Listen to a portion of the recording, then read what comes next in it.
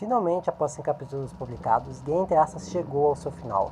Bom, pelo menos o torneio chegou ao seu final. A obra não acabou, mas esse vídeo aqui é para falar sobre as últimas rodadas que finalizam. Eu só falar aqui sobre os personagens e o combate e o que eu achei de cada um deles, mas é claro que no final eu vou ter que falar qual dos lados venceu e quais são as minhas expectativas também para o pós-Ragnarok. Esse vídeo aqui vai finalizar finalmente a minha jornada pelo Ragnarok do Maru e no final eu vou aqui dizer se valeu a pena ou não toda essa história, esses 100 capítulos que eu li. E, bom, eu já vou deixar claro aqui, no final, a história até que chegou a um ponto bacana. Pessoal, se vocês gostarem do vídeo, por favor, deixe o like, se inscreva no canal, ative o sininho e compartilha com todo mundo que você tem contato para continuarmos avançando e termos ainda mais tribos para aumentar nossa sorte aqui. A meta é chegar em 500 inscritos ainda esse ano, e quem sabe chegar a 1000. Eu posso estar sonhando um pouco alto, mas não custa sonhar, não é? Bom, vamos analisar então Game Entre Aspas e as suas últimas rodadas.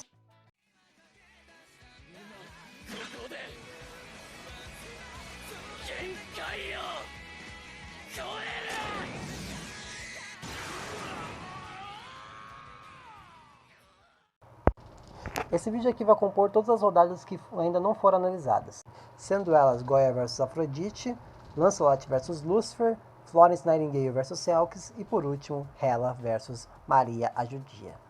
Analisando agora Game Entre Aspas com todos os seus 100 capítulos, dá para notar que sim, o autor teve uma evolução conforme a sua escrita. Não vou dizer que teve uma melhora considerativa envolvendo o desenvolvimento dos personagens e tudo mais. Eu sinto que o autor ainda manteve o mesmo estilo de narrativa durante toda a sua obra. Um estilo mais que explica melhor, com o português um pouco mais refinado, mas eu sinto também que os erros de gramática aumentaram um pouco nessa reta final. Não sei se o autor já estava um pouco cansado de escrever, ou se não tinha tempo para corrigir os erros de português, mas dá para sentir que do primeiro capítulo até esse 100, dá para se notar que tem muitos mais erros de gramática nessas últimas rodadas que eu estou aqui analisando. Mas isso não interfere muito na escrita, mas é algo a se notar que antes dava para se ver que tinha um cuidado maior e agora não tem. Mas uma coisa que ainda se mantém em alta qualidade são as coreografias. Goya vs Afrodite apresenta uma rodada um pouco diferente, demonstrando os poderes de Goya sendo suas invocações artísticas contra a Afrodite, o que para mim é algo bem positivo. Eu não vou aqui falar quais obras de arte ele invoca, porque eu quero manter a surpresa de você que ainda não leu, mas eu quero deixar claro que as escolhas foram muito bem acertadas e é claro que tem aquela arte famosa do Júpiter devorando o seu filho. Com certeza é a minha arte favorita que foi usada nessa rodada. E um dos motivos de eu dizer isso é porque ela é muito importante para o desenvolvimento do Goya, principalmente esse flashback.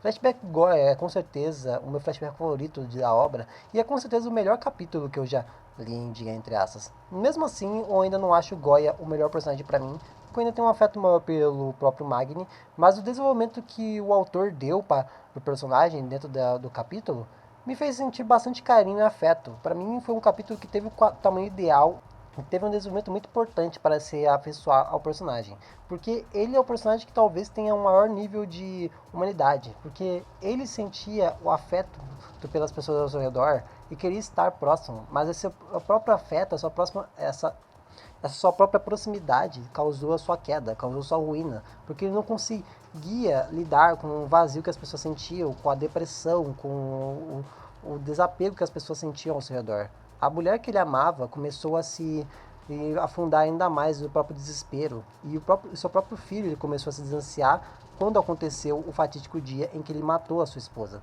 Claro, Goya fez isso protegendo seu filho. Mas pensa comigo, você compartilhou uma vida toda com essa mulher, você se dedicou a essa mulher, você amava essa mulher mesmo com os problemas ao seu redor, mas você é a própria pessoa que tirou a vida dela com as suas próprias mãos. E o seu próprio filho viu isso. A mente de Goya sempre esteve quase quebrantada, mas foi nesse momento que ela se rachou por completo. Após isso, ele esteve sozinho, e seus próprios pensamentos foram seus maiores aliados, só que ao mesmo tempo foram seus maiores inimigos. Ao seu redor só havia desespero e solidão. As artes que ele fazia não representavam nada além do seu próprio vazio, o seu próprio terror, o seu próprio ódio por si mesmo. A pessoa que ele criou na sua mente para te fazer companhia só estava ali para lembrá-lo que ele estava sozinho, só estava ali para lembrá-lo que os seus próprios pensamentos não serviam mais para nada, além de lembrá-lo do homem falho que ele sempre foi. Ele só está ali para finalmente ter a sua expiação, para finalmente ter o seu fim. Porque tudo que Goya quer é que tudo isso acabe, que sua dor acabe. O interessante é que Goya quer isso da deusa que menos poderia oferecer isso a ele. Afrodite oferece o amor, mesmo que seja um humano, ela oferece o amor incondicional. Os seus próprios poderes mostram isso. Ela conseguiu se esticar, ela conseguiu usar poderes envolvendo borracha e tudo mais, e ela tem os olhos da Medusa também, só demonstram ainda mais o quanto ela é flexível para conseguir abraçar todos ao seu redor. Para ela não tem importância se você está distante ou não, ela consegue te alcançar. A própria luta, a coreografia é importante para isso. Afrodite, o tempo todo, luta contra as pinturas de Goya, porque Goya quer, acima de tudo, manter distância de Afrodite. Ele não quer que a Afrodite se aproxime, ele quer que as suas pinturas acabem com ela antes que ela consiga. E a luta inteira é uma luta da Afrodite querendo alcançar Goya antes que o próprio Goya finalmente se disperse na escuridão. No final da luta, Goya vence, mas Afrodite não vê problema nisso, porque o que ela mais queria era que Goya finalmente visse que a sua vida ainda tem valor, ele pode sim viver. Mesmo que Goya não veja que ele merece isso, Afrodite acredita que ele mereça porque todos merecem um pouco de amor na vida. Porque ninguém merece só sofrer, ninguém merece só sentir que precisa ser devorado, sentir que você precisa se sentir sozinho, se quebrantar por dentro. Por um bom tempo na luta, Goya não dá ordens às suas pinturas, ele simplesmente as deixa em frente. E Júpiter, que é a sua pintura mais forte, o vê como seu criador, mas ao mesmo tempo o vê como fraco. Por não conseguir ordenar ele, por não conseguir controlar ele, Júpiter se vê numa posição independente, em que ele pode fazer o que quiser. Mas Goya, quando finalmente se vê que ele precisa tomar uma atitude, ele ordena a sua criatura que ele pare, que ele perceba que ele não é alguém que pode desafiá-lo, que ele precisa sim obedecê-lo, porque acima de tudo, as suas criações não podem defini-lo por quem ele é. Ele se define, e as suas criações, sim, são uma percepção do que ele é. As suas criações são uma percepção da sua própria personalidade, mas elas não ordenam a ele, elas não definem quem ele é. São apenas resquícios, são apenas partes. Goya se define. Goya, graças a Afrodite, pode finalmente se redefinir, pode finalmente agora dar um novo sentido para a sua vida, pode finalmente fazer uma pintura que não prende só escuridão e tristeza. Ele finalmente pode ser livre. Mesmo que o passado da Afrodite não seja tão bom quanto o do Goya, para mim é interessante ver que a Afrodite, em seu flashback, ela sempre quis demonstrar o amor de uma forma única. Ela e Hermes sempre que estavam juntos desde o início.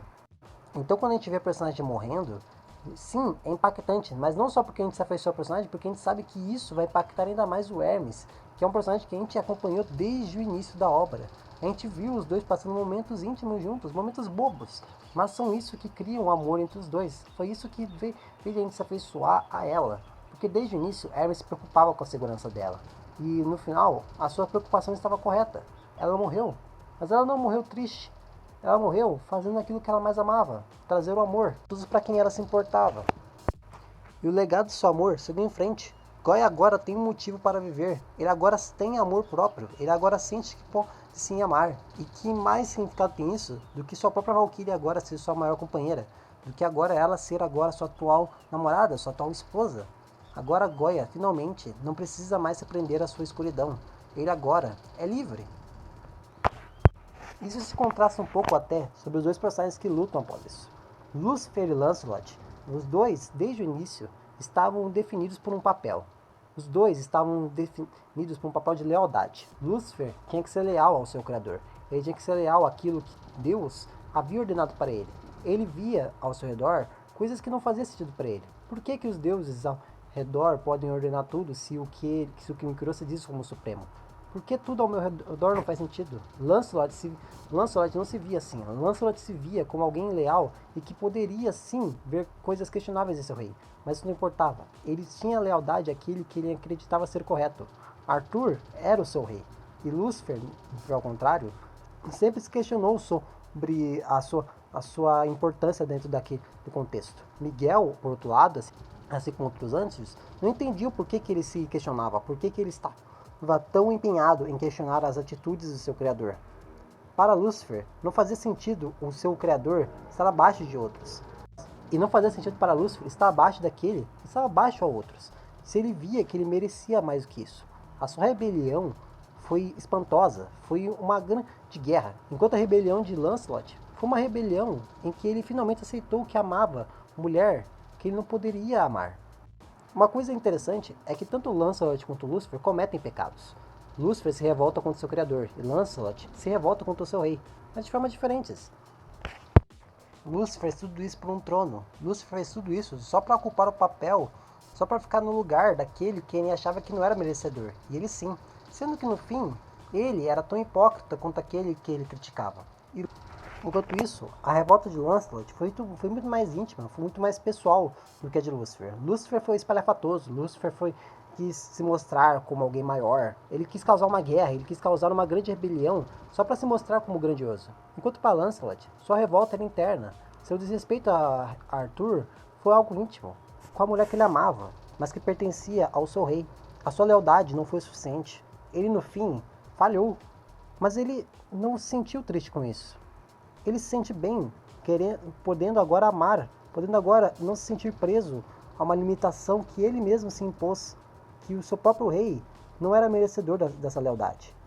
Lancelot, graças a isso, originou aquela que se tornaria uma mulher também capaz de lutar contra uma deusa e assim trazer à humanidade uma chance de vencer também.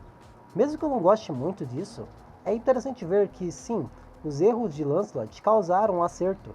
Joanna vive por causa que Lancelot se permitiu amar, se permitiu errar, se permitiu ter a confiança do seu rei. E assim, um acerto nasceu.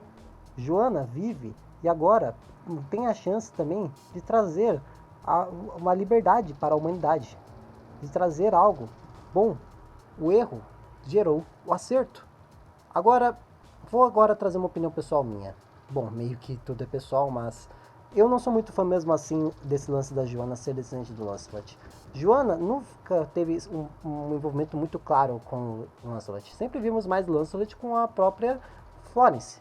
Nunca vimos muito do Lancelot com a Joanna. Isso só foi desenvolvido um pouco antes da própria rodada do Lancelot, parecendo que o autor queria agora trazer esse desenvolvimento, sendo que não tinha muito disso. Do nada, Lancelot e Joanna eram pai e filha. Do nada o autor quis colocar isso para a gente se importar. Se isso tivesse sido colocado antes, poderia até ser um foreshadowing. Mas parece mais que o autor quis, meio que um pouco antes, falar: eu vou colocar essa ideia agora porque eu acho que vai ser legal. Um pouco forçado. E eu acho que a Joanna não precisava que esse poder que ela tem fosse algo herdado do passado. Sim, como eu falei, o erro de Lancelot gerou o acerto. Tá tudo bem a Joanna ser descendente do Lancelot, não tem problema. Mas o poder dela se originar de algo que o Lancelot fez no passado, meio que não tem importância. A Joanna poderia muito bem ter esse poder sem que o Lancelot tivesse algum envolvimento. A Joanna poderia ser sim descendente do Lancelot, mas sem que esse poder viesse dele também. A Joanna poderia ter esse poder por mérito próprio, por mérito dela mesma. Mas não, o Lancelot sim também teve envolvimento nisso. E é um pouco estranho o final do capítulo, não vou mentir. Do nada vindo um anjo falando que agora você vai ter um poder que você pode aceitar e deixar para alguém no futuro. Meio que parece que é o autor falando que pro personagem fazer tal coisa porque tem que se conectar com algum personagem. Meio que desnecessário, pelo menos para mim. Mesmo assim, eu gosto bastante de como o autor consegue trabalhar essa luta. Essa luta com certeza é espalhafatosa. Lucifer e Lancelot com certeza personagens muito destrutivos. Eles literalmente criam buracos negros enquanto lutam e a personalidade dos dois contrastam bastante. Lucifer então usa os seus pecados para lutar e todos aqueles que estavam às suas ordens para subjugar o seu oponente. Enquanto Lancelot tinha apenas as suas próprias habilidades, ele tinha a sua Valkyria, Brunhilde, para ter a sua chance de vencer. Lancelot não estava dependendo de nada além dele mesmo, de suas próprias convicções. Claro, só Valkyria estava com ele, mas todos estavam usando Valkyrias, então Lancelot estava lutando por si mesmo. Enquanto Lucifer, desde o início, ele precisava de pessoas para ter o que quer. Ele teve que ter pessoas ao seu redor para causar uma revolução, para assim ter poder sobre os céus. Ele teve que sempre ter subordinados para conseguir ter poderes através deles. O anel de Lucifer caracteriza bem isso. Ele tem poder, mas é através dos outros, enquanto Lancelot tem poder através dele mesmo, suas próprias habilidades. A espada de Excalibur é um grande exemplo disso. A Excalibur só aceita aquele que for digno, e Lancelot foi merecedor dela. A batalha é intensa. Lucifer e Lancelot lutam como dois guerreiros formidáveis. Só que no próprio aspecto do Lucifer é falado que ele é covarde, que ele usa de artimanhas para ter o que quer. Lucifer não luta até o fim como guerreiro. Ele luta para conseguir o que quer, a qualquer custo. Miguel morreu por causa disso, por causa de uma artimanha do Lucifer. E Lancelot morre também por causa disso. Lucifer pega a Joanna e isso causa a morte de Lancelot, porque ele queria proteger Joanna. mesmo que isso causasse sua derrota. Bom, agora vai a minha opinião sobre isso. Eu não acho que isso seja uma atitude 100% errada do autor, porque Lúcifer, sim, ele é um cara covarde, ele usa de qualquer meio para conseguir sua vitória. Mas acho que isso, dentro da obra, não faz muito sentido. Bom, vou trazer meus argumentos, vocês podem discordar de mim nos comentários. Na obra é dita que os deuses, sim, eles querem exterminar os humanos, mas alguns deles também querem ver os humanos sendo capazes de lutar. O Kong mesmo mudou sua percepção sobre os humanos após a luta com o Liu Fei. O Horus também gosta dos humanos, mesmo que ele esteja lutando no Ragnarok. Muitos deuses estão a favor dos humanos. Então, você fazer um deus ir pegar uma humana e daí usar ela de escudo, sim, esse deus pode fazer isso porque a personalidade dele é essa. Mas por que nenhum deus interfere? Por que nenhum deus vê isso e fala que isso é errado, que isso não é certo? Lúcifer é um rebelde, sim, mas a sua rebeldia não pode ser simplesmente ignorada pelos aqueles ao seu redor. Essa sua rebeldia não pode ser simplesmente vista e falada, ok, vamos aceitar isso e está tudo bem. Não, essa sua rebeldia deveria, de alguma forma, interferir no desenvolvimento todo da luta. Não estou falando que devia ser um conflito que outro deus deveria entrar na arena e assim acabar causando tudo isso. Não, eu acho que isso até poderia ser útil para o próprio autor fazer isso de outra forma, fazer Lúcifer vencer o Lancelot, só que não usando a Joana, mas sim usando de outra artimanha, usando de um golpe covarde, usando de um golpe que não fosse justo. Algum golpe que Lancelot não poderia desviar, como a própria vitória da Morgan, por exemplo. Mas vocês poderiam falar que poderia ficar muito repetitivo. Não acho. Poderia simplesmente ser de uma forma que poderia sim simbolizar o Lucifer sendo um canalha. Porque eu acho que pegar a Joana, fazer ela entrar toda nesse conflito e assim o Lancelot ser derrotado, meio que fica meio que, tá, não tem consequência nenhuma. Você pode simplesmente pegar um humano. Por que nenhum outro deus fez isso? Por que nenhum outro deus pegou um humano e usou de escudo no outro lugar? Não sei. A Selkie poderia fazer isso porque ela é canalha, a Morgan também, então meio que isso só não traz consequência nenhuma para dentro da obra. Isso pra mim eu não gosto muito. Então pra mim poderia ser feito de outra forma com certeza. Não acho que é algo ruim, porque está dentro do que o Lucifer é sim capaz de fazer, mas eu acho que sim, deveria ter tido uma consequência a mais disso. Porque você pegar uma humana, colocar dentro da arena, e simplesmente todos os personagens em volta não interferirem em nada, pra mim não faz muito sentido. Tipo, não faz mesmo. Mesmo assim, eu acho que essa luta consegue sim trazer bastante bom os pontos dos personagens. Lancelot tem o seu desenvolvimento muito bem feito, enquanto Lucifer também tem. A batalha entre os dois, com certeza, tem uma das melhores coreografias da obra. A transformação do Lucifer no final e também todo o desenvolvimento do Lancelot no final também contrasta bastante. Lucifer, que se dizia belo, a estrela da manhã, se torna aquilo que ele sempre foi, uma aberração, uma serpente enganosa. E no fim, Lancelot também traz a sua lição. Ele sim se sacrificou, mas em nenhum momento ele se viu errado por fazer isso, ou ele culpou Joana por fazer isso. Ele só seguiu seus instintos. Até o fim, ele foi um cavaleiro. E esse conflito, ele começa antes mesmo dessa luta acontecer. Lucifer queria sem resposta dar ela, e queria vencer justamente por causa disso, porque ele queria que ela desse respostas de tudo isso que está acontecendo. Ela, por outro lado, desafia ele a vencer. E mesmo vencendo, depois no capítulo de transição, que faz referência a Round 6, no final, não importava. O Ragnarok iria continuar. A votação mostrou que sim, as lutas iriam acontecer. E no final, ela sai vencendo. Lucifer, no final de tudo, somente saiu sendo um monstro. Esse capítulo também que faz referência a Round 6 é interessante, porque vemos personagens que antes estavam apoiando o início do Ragnarok, agora voltando a ter outra ideia. Son Kong é um exemplo disso. Ele agora percebe que esse Ragnarok não vale a pena, que os erros dele, sim, geraram isso, mas ele quer agora ser diferente. Já por outro lado, Joana quer que o Ragnarok aconteça, para ela ter a sua vingança. É interessante que a personagem que antes transmitia fé, esperança, agora ela quer vingança por aquilo que aconteceu com seu pai. E como eu digo, poderia ter sido desenvolvido um pouco antes todo esse conflito da Joana com o Lucifer e o Lancelot. Porque todo esse lance do Lancelot ser pai da Joana foi muito do nada. Não digo do nada, mas eu acho que foi muito tarde pro autor. Tipo, no capítulo de transição para a rodada do Lancelot contra o Lucifer, pronto, agora são pai e filha. Deveria ter sido um pouco antes para ter um desenvolvimento a mais. Assim como eu falei que a Afrodite e o Hermes, você se importa ainda mais com a morte da Afrodite por causa do Hermes, do que a perda do Hermes, poderia ter sido trabalhado assim também, desde o início. Mas, né, eu acho que o autor meio que pensou nisso tarde demais, ou introduziu isso tarde demais também. Agora, chegando na luta que talvez cause um pouco de polêmica aqui, Selkis versus Florence.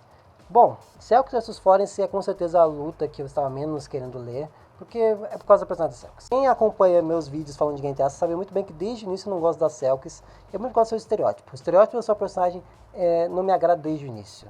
Tudo envolvendo a personagem sempre foram coisas que me desagradavam bastante. Suas cenas completamente vergonha alheia, sem sentido, e só estavam lá para simplesmente fanservice.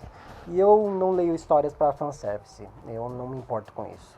Somente uma cena tinha me agradado antes mesmo da sua luta, que foi a cena dela se encontrando com a Maria. Já introduzido algo que poderia ser usado futuramente, mas eu já vou falar disso e já digo que para mim não foi muito suficiente o que foi trabalhar depois disso.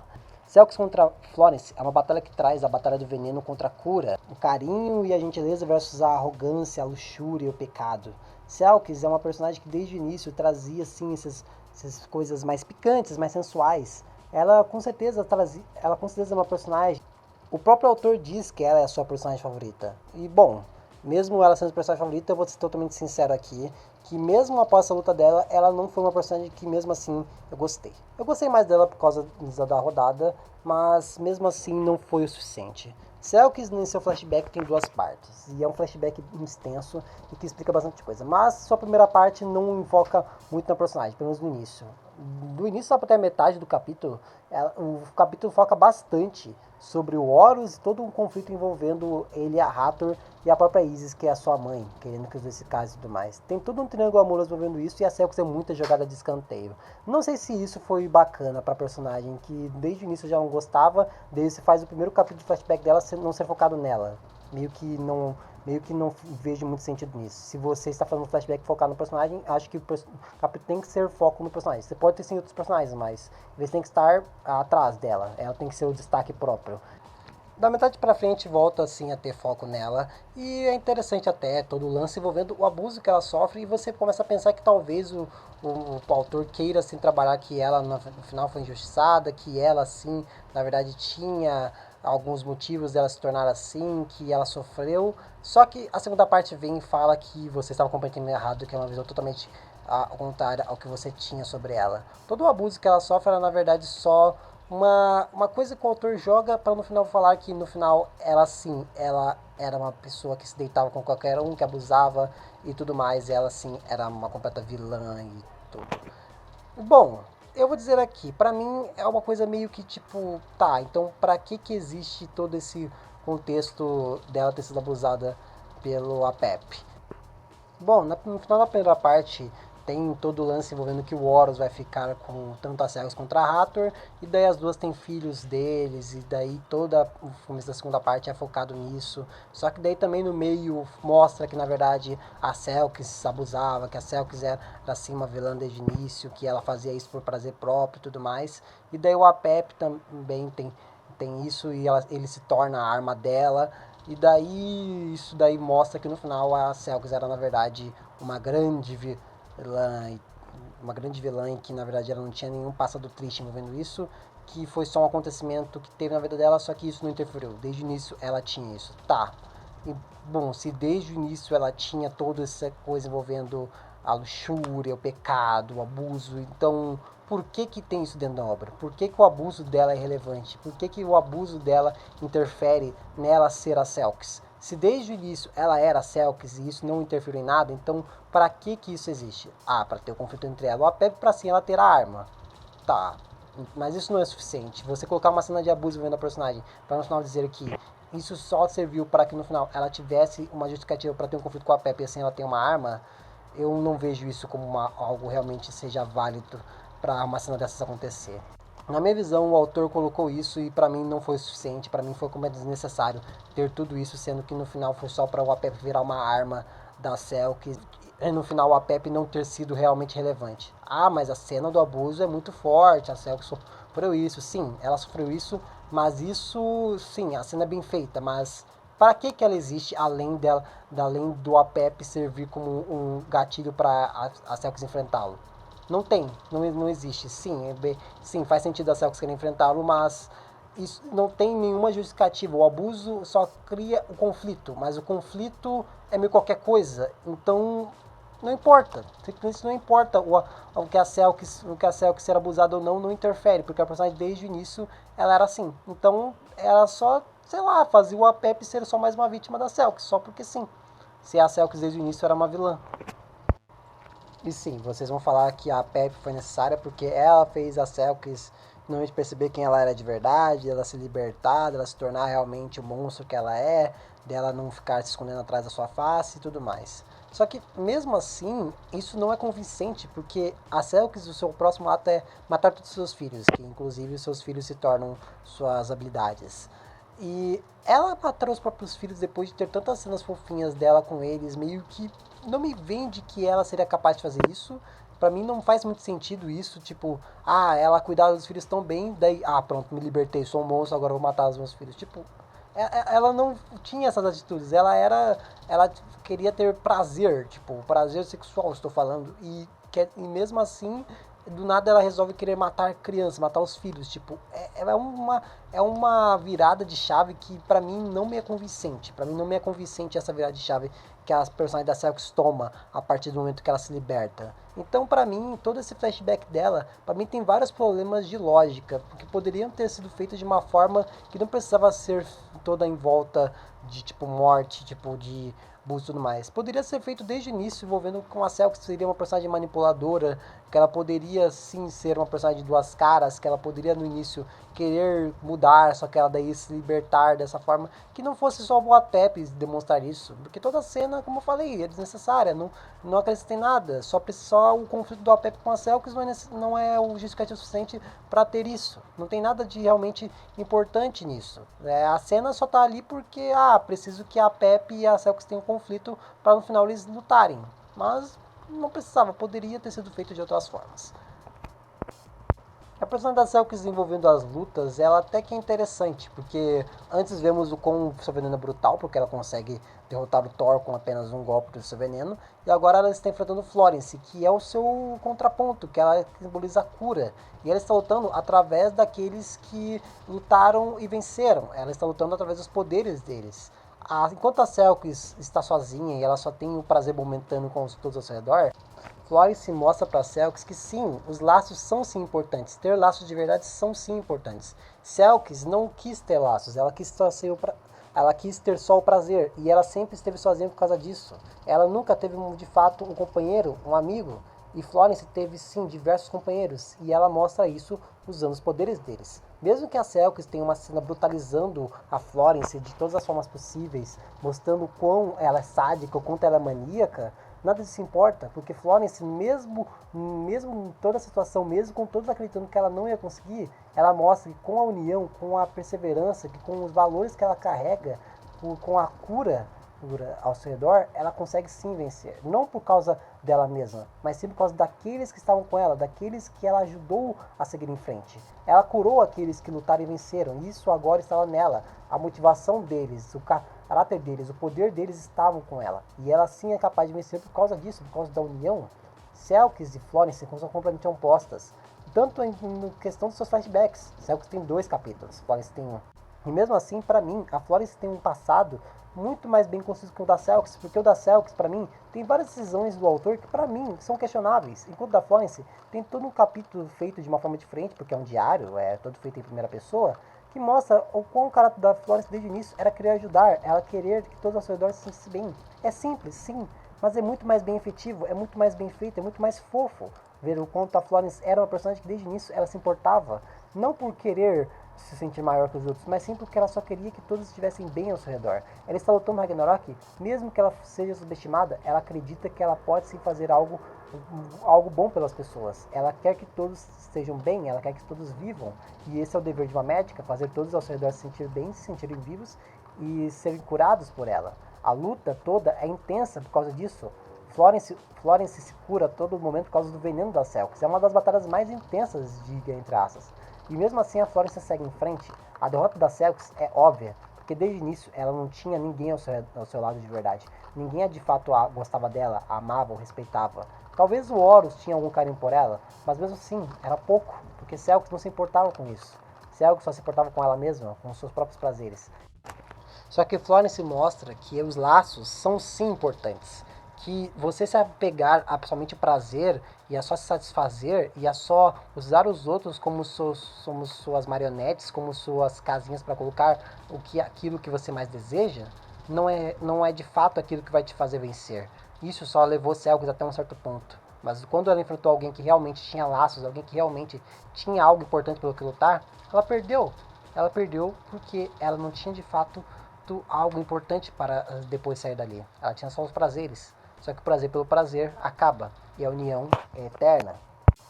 Falando assim, parece que a Selkis para mim é um personagem completamente ruim. Mas eu acho que a tentativa, pelo menos, do autor no seu flashback, para mim foi até que efetivo. Tem algumas coisas legais. Para mim, esse lance da Selkis ser uma personagem de duas caras, dela querer ocultar o monstro dentro dela, para assim criar uma nova vida para ela, é assim legal.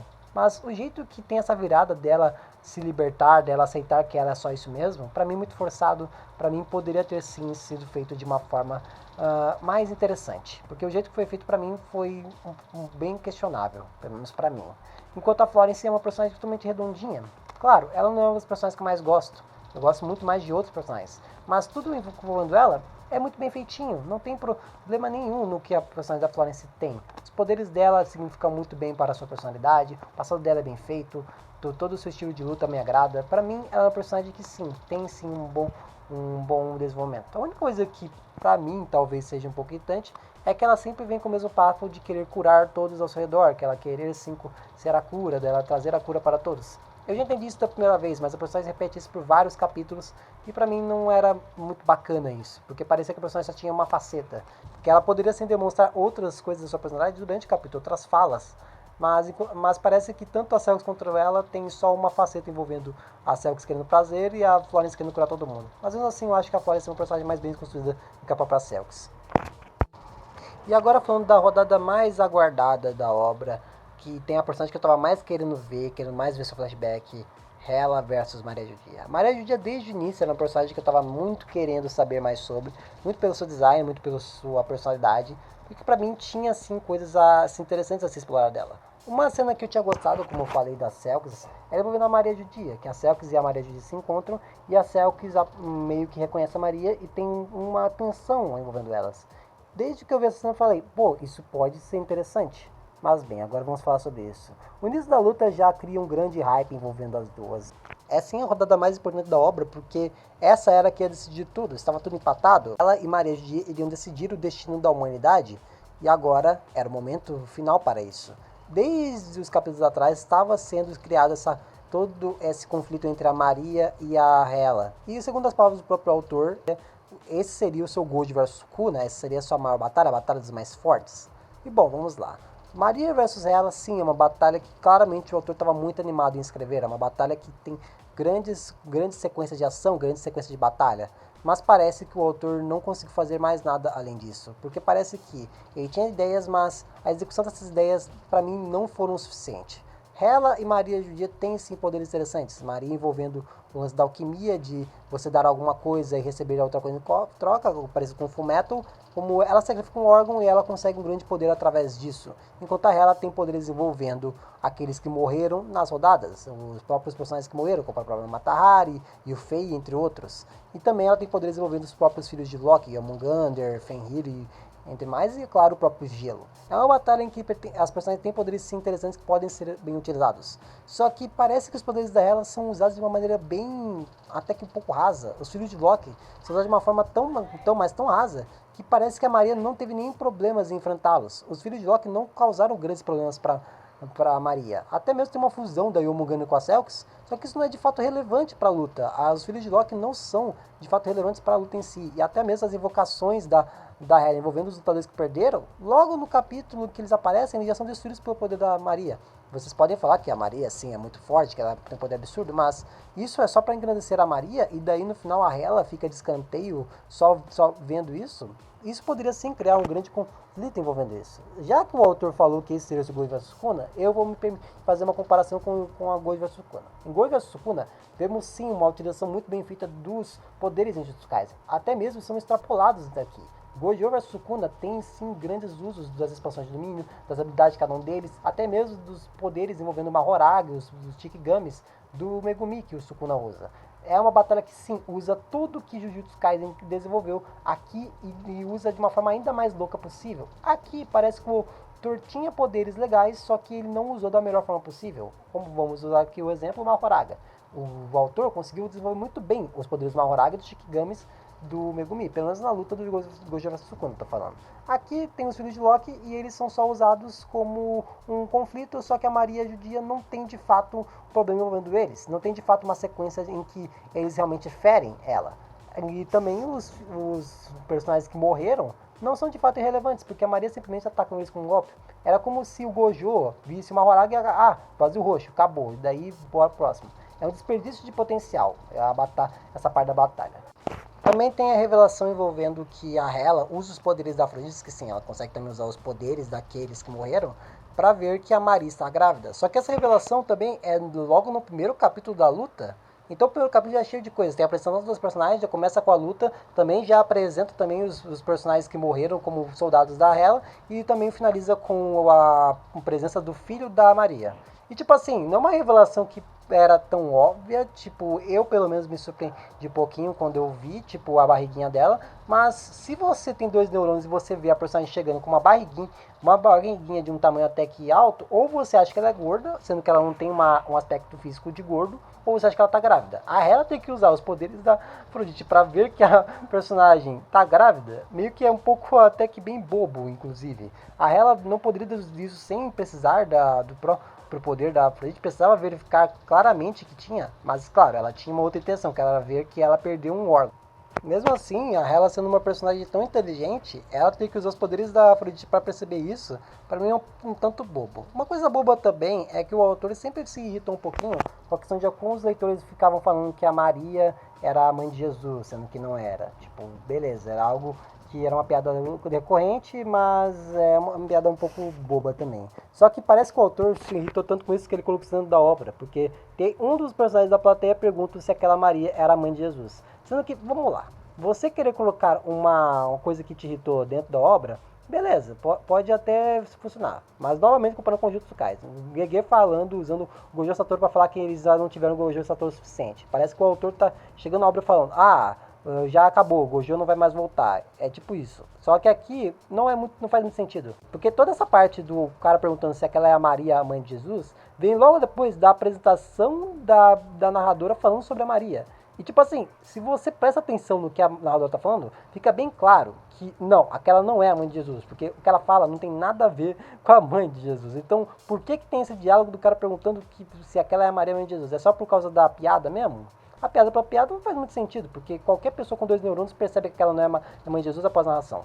Faria sentido se a narradora apresentasse Maria a judia e daí viesse o personagem da plateia perguntando se aquela era a mãe de Jesus. Daí depois vem a explicação sobre. E daí sim faria sentido, mas não, vem depois. Então meio que não faz muito sentido. Mas agora falando das duas personagens, Maria e Hela são 2 personagens que eu estava bem hypado, porque as duas estavam sendo bem construídas enquanto as rodadas estavam se aproximando e tudo mais. E já vou dizer pra vocês que a Maria me decepcionou um pouquinho. Porque o flashback da Maria é um tanto que, tipo assim, o autor tinha uma ideia pra mim de, novamente, a execução não foi muito boa. Porque o que o autor quer falar aqui? A Maria, no início, não tinha valor pela vida, ela não respeitava a vida. Só que você faz o capítulo inteiro, uma primeira parte inteira do capítulo dela, mostrando que ela tinha uma boa relação com a sua família, com a mãe que não era a mãe dela e o irmão dela. E daí, no segundo capítulo, falado que a Selkis se filtrou na casa dela. Bom, eu vou começar aqui explicando certinho. Maria tinha uma relação com a sua família, que era legal, envolvendo alquimia, que eles tinham uma boa união, e daí isso no final culminou com ela tendo um pesadelo envolvendo a Selkis, e daí depois a morte da sua mãe, entre aspas, dela revela todo um plot envolvendo os pais dela. Tipo, ela tá morrendo, ela faz um plot, ela faz um tempo inteiro envolvendo os personagens dos pais da Maria, falando sobre uma personagem de cabelo roxo e tudo mais. E o próprio pesadelo da Maria já deixa claro que a Selkis era uma coisa que estava se aproximando da sua vida. E daí, do nada, no final da primeira parte, vemos a Selkis se aproximando da Maria. E daí eu já fiquei, então a Maria já vai ficar ligada nisso. Só que não.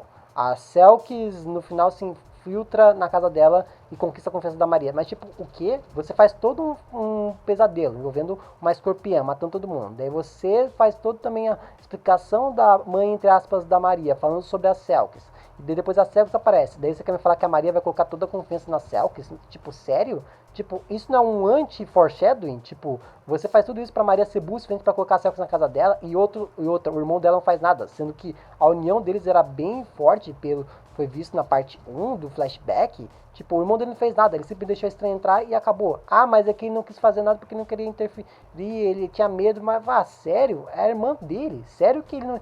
Será que ele ia deixar uma estranha entrar e simplesmente é isso? E a Maria não foi construída de uma forma interessante pra isso, e dela não se importar com a vida. Porque se ela não se importasse com a vida, por que ela teria uma união tão forte com o irmão e com a mãe, entre aspas, dela? Por quê?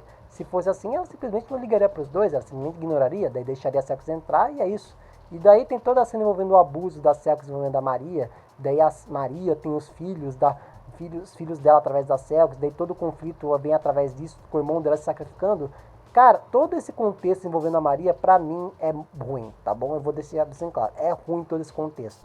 Porque não faz sentido o jeito que a Selkis entra na vida da Maria. E todo isso envolvendo a Selkis e a Maria, pra mim, é uma feita de uma forma mas bem ruim feita do autor. A personagem estava com grandes expectativas pra mim e pro final o flashback dela não faz sentido nenhum. A primeira parte conta uma coisa da personagem da Maria, e na segunda parte a Maria vira outra personagem falando que ela não se importava tanto assim com a mãe dela e com o irmão dela, e daí depois disso ela vai realmente dar valor à vida. Tipo, todo esse flashback é pra falar que ela dá valor à vida, sendo que no início ela dava valor à vida.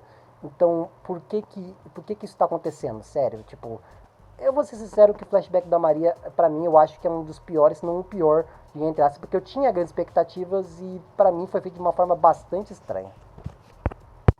Já o passado da Hela é uma coisa diferente, porque a personagem sim é construída de uma forma interessante, porque todo o seu envolvendo a morte, desde o início, é feito de uma forma que, tipo assim, a morte, no fim das contas, é um fator positivo dentro do universo de Entre Asas, pelo menos pra Hela, porque enquanto para alguns a morte pode significar algo ruim e tudo mais, Loki mostra pra Hela que a morte sim é uma parte da vida, querendo ou não.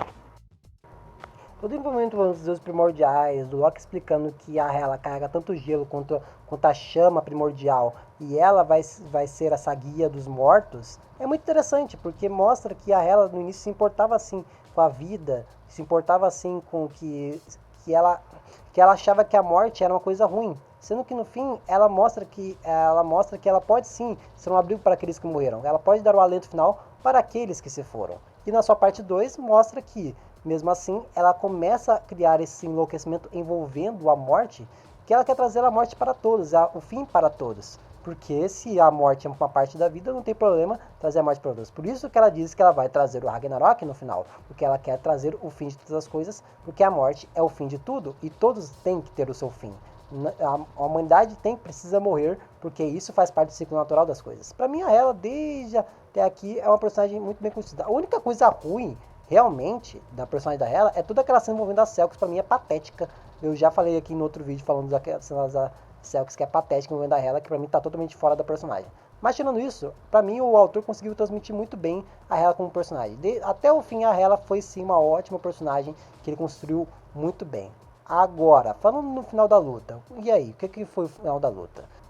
Temos um diálogo envolvendo os ideais dos personagens da Maria e da Hela, onde a Maria mostra pra Hela que sim, ela entende sim tanto a vida quanto a morte, porque ela já experienciou a morte e também a vida. Ela não deu valor à vida e agora dá valor. E ela já esteve muito próxima da morte para entender as duas coisas e assim apreciar ainda mais a vida. Enquanto a Hela, ela só aprecia a morte, porque ela não vê valor na vida. Porque a vida é algo que faz você sofrer, faz você chorar, faz você se irritar. Só traz sentimentos negativos. E a morte é a expiação de tudo, é o que traz o alento final. Por isso que a Hela vê significado mais na morte do que na vida. Mas no final, o argumento da Maria é simples, que no final a vida sim é importante, porque isso traz lembranças, traz memórias boas, traz significados bons, porque se não fosse a vida, nenhum humano estaria lutando por ela. Se a vida não fosse relevante, os humanos não estariam lutando por ela, porque ela sim tem valor.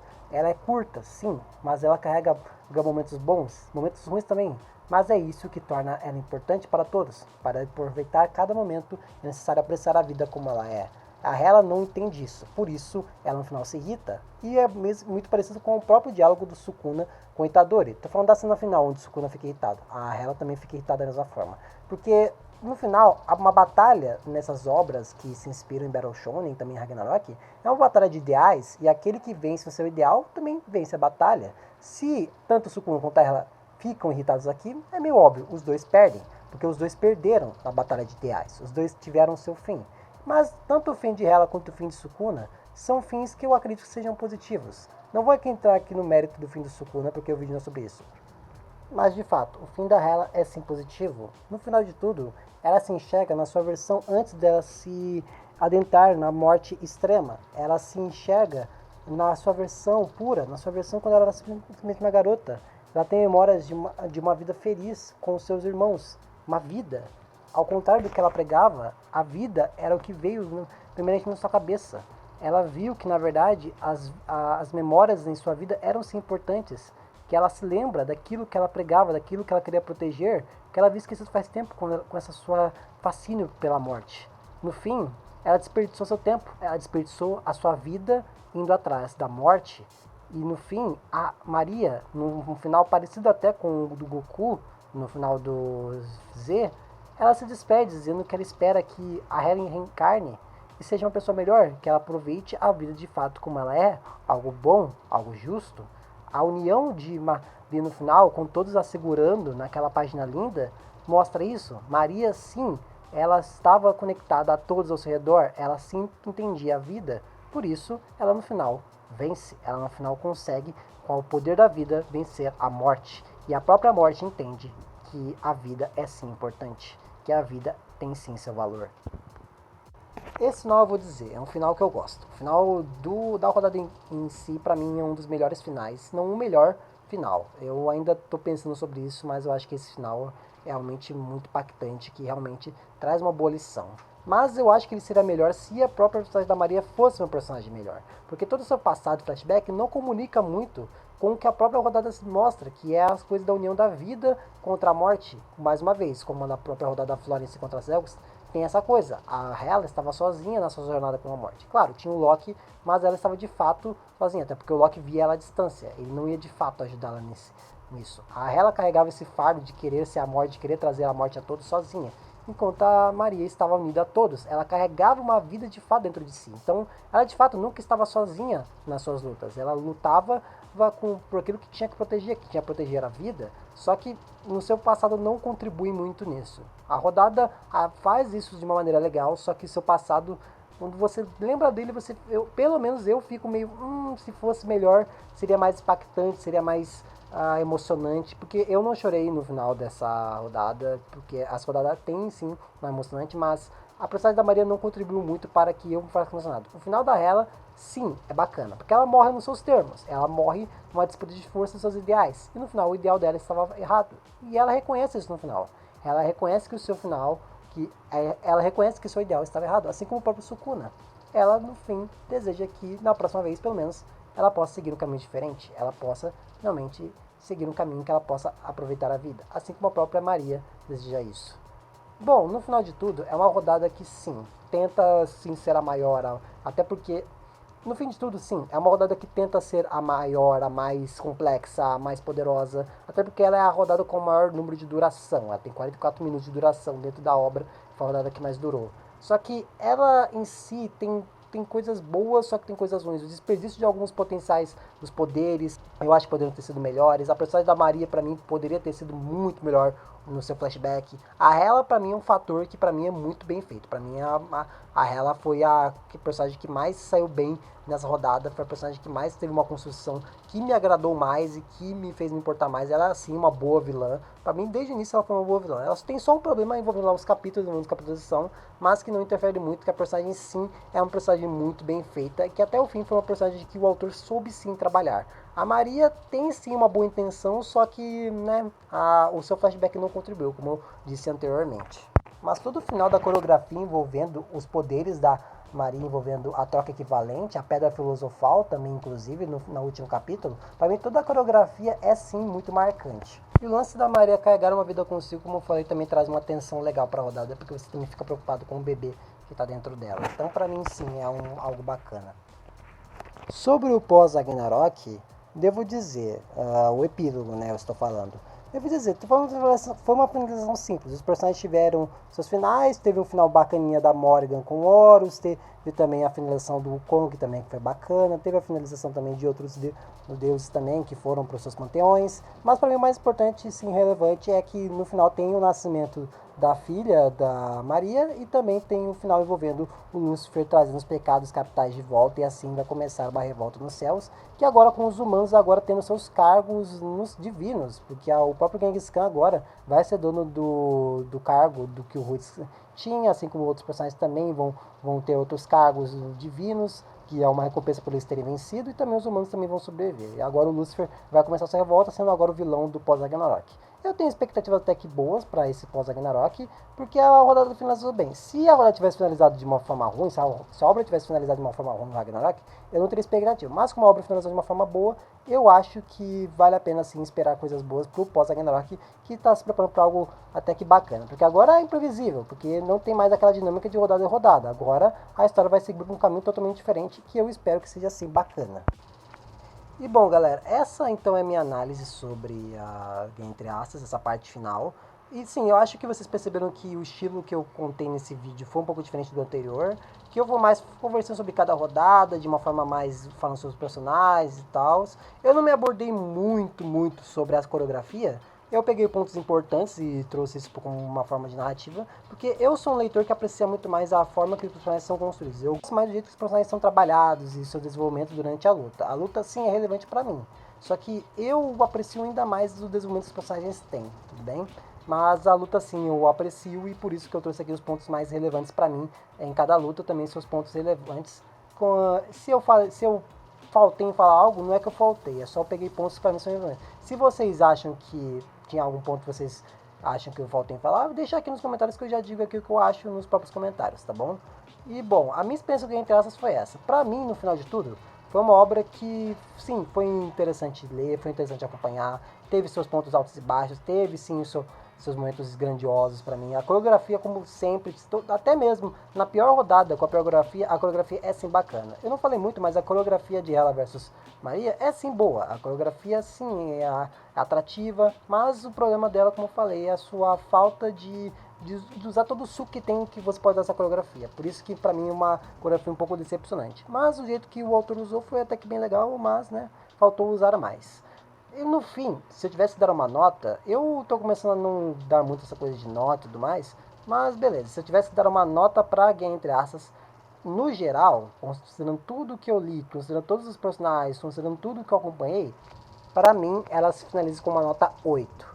Sim, tem seus problemas, mas consegue sim ficar acima da minha média, que para mim, se você passa de 7, para mim você já está numa nota ótima. Para mim, uma obra que tem uma ótima história, que tem seus problemas sim, mas mesmo com seus problemas, eu acho que sim consegue atrair bastante o público com boas coreografias, personagens bacanas, desperdiça um pouco de alguns conceitos que poderiam ter sido melhor utilizados, mas mesmo assim é uma obra que no final valeu a pena acompanhar sim. Essa Guerra Entre Aspas foi sim boa para acompanhar e eu espero que o autor consiga desenvolver histórias ainda melhores no futuro. Bom, galera, é isso. Espero que tenham gostado do vídeo. Se gostaram, deixa o like. Se não gostaram, deixa o dislike também. Deixa a sua verdadeira experiência com esse vídeo. E, por favor, deixe um comentário sobre o que você achou de Game Entre Aspas também desse vídeo. E compartilha com mais amigos seus para apresentar Game Entre Aspas para o público maior. E, se você quiser, recomendo ler a minha história chamada Juízo das Lendas, que é um torneio de contos de fadas que está aqui no link da descrição. Bom, é isso. Falou e tchau, pessoal. Fui!